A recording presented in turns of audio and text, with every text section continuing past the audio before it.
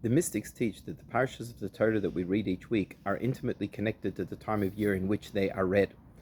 During the month of Adar, we read a number of parshas which describe the building of the Mishkan, the tabernacle, the sanctuary for Hashem's presence to rest with the Jewish people in the desert. In Parshas Teruma, we have the plans for the vessels of the Mishkan as well as the construction of the Mishkan. In Parshas Tetzaveh, we have the details of the clothing of the Kohanim and the Kohen Gadol. And in Parshas Vayakel that we will read this week, and Parshas Pekudei next week, we read about the donations of the Jewish people and the actual implementation of the command and the construction of the Mishkan and its erection.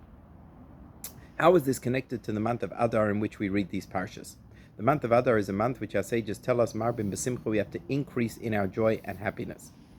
The Lubavitcher Rebbe explains that the greatest happiness that a Jew can have is the knowledge that no matter what circumstances they find themselves in, Hashem is always with them. And this is the message of the Mishkan. The commandment of the Mishkan is Va'asu Mikdash v'shachanti b'soicham, build a Mishkan and I will dwell within them, meaning that Hashem dwells not only in the structure of the Mishkan, but Hashem dwells within them, within the hearts and souls of every single Jewish person, and He is with them no matter what and no matter where they find themselves. Even if we have an incident like we read last week in Parshas Kisisa about the worship of the golden calf, the worst form of sin, of idolatry, nonetheless Hashem is still there, as is indicated in the verse, Hashoichen itam b'soich tumoisam, that Hashem rests with them even in their state of impurity. And this knowledge that no matter what life throws at us, no matter where we find ourselves, even if we find ourselves in a very lowly state, physically and spiritually, the knowledge that we are not alone, the knowledge that Hashem is there, Hashem is empowering us and there to hold our hands, so to speak, and give us strength